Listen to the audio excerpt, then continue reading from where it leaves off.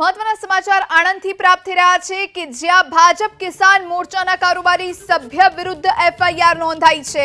વિક્રમ લુહાણા વિરુદ્ધ પોક્સો હેઠળ ફરિયાદ દાખલ કરવામાં આવી છે। 15 વર્ષની કિશોરી પર દુષ્કર્મ આચરવાનો પ્રયત્ન કરવાનો આરોપ લાગ્યો છે। કિશોરીના પરિવારજને આણંદ શહેર પોલીસમાં ફરિયાદ દાખલ કરાવી છે। પોલીસે વિક્રમ લુહાણાની ધરપકડ કરી અને વધુ તપાસ શરૂ કરી દીધી છે।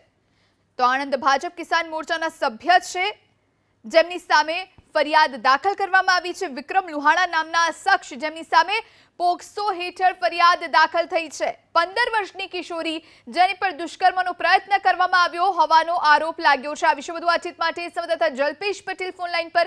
જલ્પેશ, શું વધુ જાણકારી હાલ?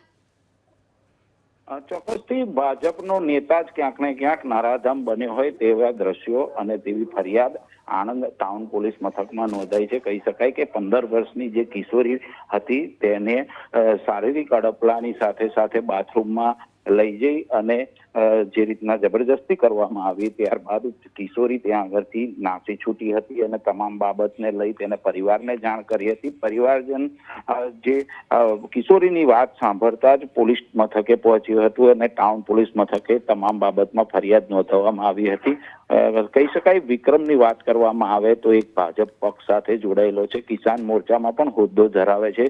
એટલે કહી શકાય કે જે રીતના આ સમગ્ર બાબતને લઈ ક્યાંક ને ક્યાંક આણંદ ભાજપમાં પણ હડખંપ જોવા મળી રહ્યો છે। કારણ કે જે રીતના નેતા જ જો આ રીતનું જે દૂષણ કરશે અને જે રીતના કિશોરી પર અડપલા કરવાની ફરિયાદની સાથે સાથે ભાજપમાં પણ હડખંપ અને ભાજપમાં પણ ધ્રુજારી જોવા મળી રહી છે। જી આભાર જલ્પેશ, આપ જોડાઈને વિગતો આપી તે માટે।